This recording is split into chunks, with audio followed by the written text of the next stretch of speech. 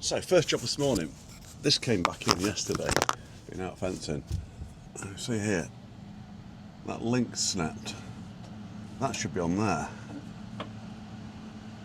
And that's broken off. And that's what, that's changes the gear, puts it in high and low.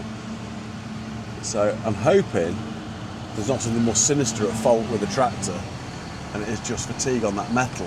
First job's going to get this off. Get that off, weld that back together nicely in the vise, get it all good, put it back together, and then we'll have a little try and see whether we've got a bigger issue or whether it's just fatigue on that metal. Just welded that back together now, just ground it off a bit, held it in the vise, got a nice little weld around that. So we'll bob that back on under here now. A bit tricky getting under it. So that goes on there. There's a roll pin. It's a little roll pin. Locks that into location.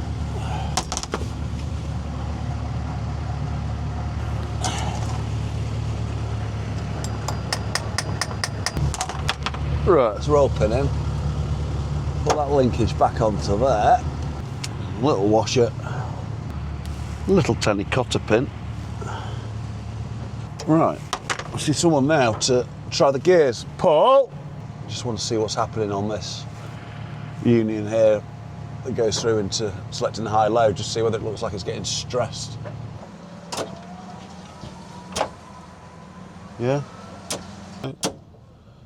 Yeah, it's all moving nice and freely. How bizarre. Oh well, we'll give it a proper whirl. So quickly, Luke's processing firewood today. Delivery's going out to the Posch log deck. Timber loaded on. That's our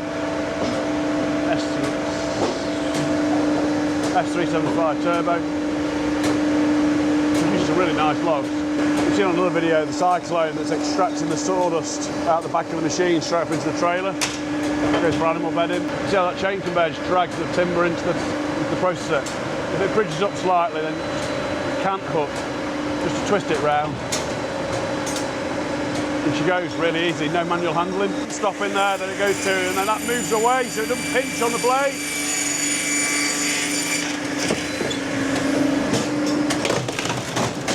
Breaking it into 6 pieces.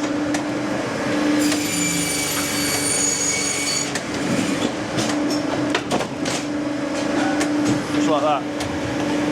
Really nice log. It's all ash. Sadly with the ash die back, we've got a lot of ash thinning out of the woods.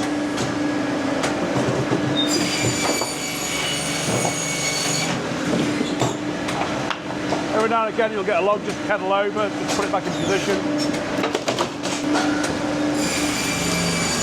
Yeah, customers are really getting stocked up now. We find as we get towards like mid-summer, customers are starting to ring up more and more frequently now. We're getting the orders are coming in quite thick and fast. People are getting stocked up so they can finish off drying the logs out, ready for winter. So that's good. So we're starting to fill up the bays as well now. Any spare capacity we get, any of us get back off site early from other jobs or a bit of spare time in the yard, just starting processing now and getting the logs stacked up so they get a bit of wind around them and start drying out. Just flailing with the digger. Got a flail, a Gadini I think it is, or I'll have a look in a minute. Got the flail in front of the digger. It's a great little, it's great for this sort of job where it's a bit rough and up and down and you can't get the tractor to it. I'm carrying the diesel over while I walk, that's why I'm hobbling, even though I have got a bad knee to be honest. Here we go. So it's the Gadini attachment that goes on the 2.5 tonner. Show you underneath, let me just lift her up. I'll show you underneath it. The flails. Doesn't come out that often. I know there's a lot more expensive ones on the market, but to be honest, we've had this for quite a few years now and it's always done the job. It's been great. Yeah, there's loads of different brands of these flails out there and we were always a bit dubious when we first got it. Is it going to be any good? This isn't the most expensive one on the market by any stretch. It was, I can't remember how much it was, but it wasn't, you know, it wasn't stupidly expensive. And it is great in the right applications. Just got the swinging flails on it. They've not had any attention, as you can see, for quite a long time. But when you're just smashing through the this sort of thing, when it's clearing back fencing, you can see, yeah, it does want a bit of attention. It would make it a bit more effective. One day I'll get on the grinder and sort it out. But looking at the job it does, it's just perfect for this. And that's taken me no time to go through there. I'm going to work all the way up through this section of the wood just to push it back about 16 foot away from the ditch. There's an overgrown ditch in there. So they want to be able to maintain that going forward and be able to flail it back instead of coming through with streamers and things, which they've been doing. So this will make life a lot easier. And we'll start installing a fence down here, the plan tomorrow. So if I can get it flailed this evening, at least the lads have got a nice clear line to work on. I'm too kind. It'll be a lovely job to work in here then tomorrow. Right, happy days.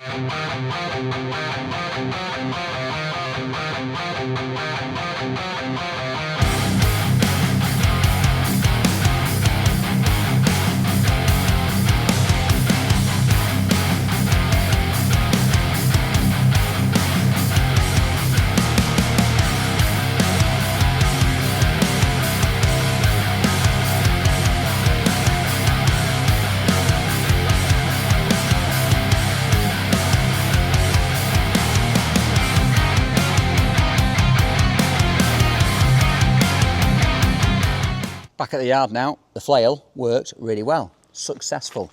Good job. So happy days, ready for tomorrow now for fencing. Perfect. Looks like Richard's coming in as we speak. Yeah, he's been mowing today. He's just been mowed off one of the fields now because we've got another 4 or 5 days of good weather. So happy days. Everything go all right? We'll leave him be, he's concentrating. Cool, right, till tomorrow. I'll just go over to the site where we're doing a bit of planting work. Annoyingly, this has just happened to the pickup. I don't know if anyone else has had this. And there's the back door on this. Again, won't open, really annoying. It's happened a few times. I've adjusted the handle underneath quite a few times, but it's just, I think it's a bit knackered and it's starting to boil me a little bit. So I've actually spoke to the guys that made the back for this one. So that is something I'm looking into, getting a different back onto that at the minute. Anyway, that's by the by. Come over here onto this wetland site.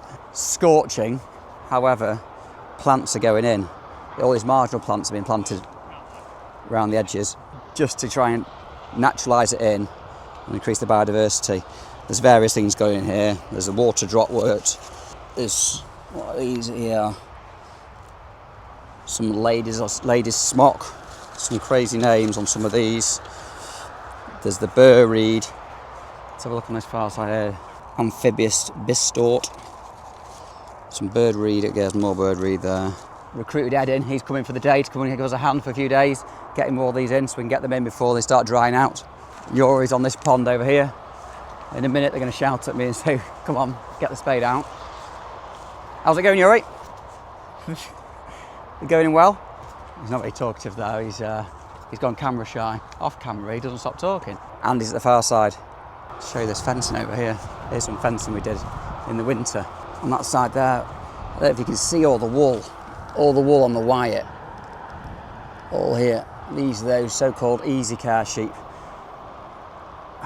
I don't really rate them. All they do is rub on your fences to try and rub the wool off, which eventually starts to bring fences loose. Don't know, seems a bit rare. Easy care sheep. Let us know what you think. Is it just a way of just, well, I know it's cheaper. It's cheaper because obviously they haven't got to shear them, but I don't know. I'm not a sheep farmer. Don't really know. All I know is they just rub all over the fences. So yeah, let us know what you think about easy care sheep. Anyway, we're going to get back to planting some of these marginal plants. So here we've got some Alisima Plantigo. I'm just going to show you just how we plant these. So it's the nice plug plants, good size, as big as your palm. So all I do is I just manipulate the roots slightly, just tease the roots. These have all been sat in water, so they're all nice and moist anyway. Then it's just planting just in the margin. So they're all marginal plants. They all want to be sat wet, but don't want to be completely submerged. As simple as that. Just ease it in. I generally just put a couple near each other, and then just move around the pond a bit more and just keep going with the different varieties. This pond's quite nice because all the banks, it is quite marshy around here, so these should do really well. Some of the places we planted yesterday and a bit earlier on, the water is getting scarce, and yeah, how well they're going to do, I don't know. We have got rain towards the end of the week, hopefully, so we'll have to see how it goes.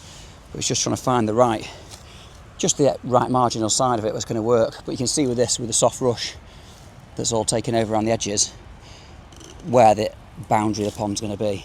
And I can't see it drying out much more than that, this pond. Well, these four that are together are all quite good. So these little habitat ponds are, yeah, they will work. They're going to work well. But there's quite a lot of wildlife in these ponds. I thought I'd just show you this one.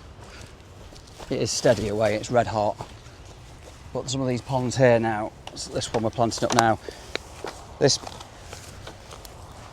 pond here, it's already naturalised quite well. But adding these extra plug plants into it, these different varieties. What have we got here? That is a marshmallow, is its common name. Just give some variety into these ponds and bring them, increase different wildlife and biodiversity. Let's go over to this side. Have a look over this pond. It's not bad over here because it's quite. A lot of these ponds in this weather, because it's been so hot, are drying out. But these are actually holding water, and this one here, really well. It's full of wildlife. See if we can find some. I don't know if you can see there. There's loads of dragonflies and damselflies. It's a lot of aquatic life in there. So this, as you can see at the minute, there's a lot of just soft rush that's popping up. All this variety of plants now, the reeds and different marginal plants that we're planting will just really enhance these ponds. It'll be great. Ed's loving it in the pond. Enjoying the sunshine. I'm loving it. Oh, you got cream on? Yeah. Stu would give us a wave. Living life to the max here. Gonna go for a dip after, cool down. Yeah, it'd be nice to be honest. I don't know what you're catching there, but yeah, it's just the job. Malaria. Oh, I don't know about. No kangaroo. I don't know about malaria. Kangaroo. Kangaroo. Kangaroo. What's that? Oh, you're. Oh God, that's not what I want to hear. It's bad enough getting prostates checked. What? There's a frog. On camera. Get this on camera. Where's the frog? I can't put the camera underwater, Ed. Is it not that good? It's not that good. Who's there? I see him. Oh, it's a rock.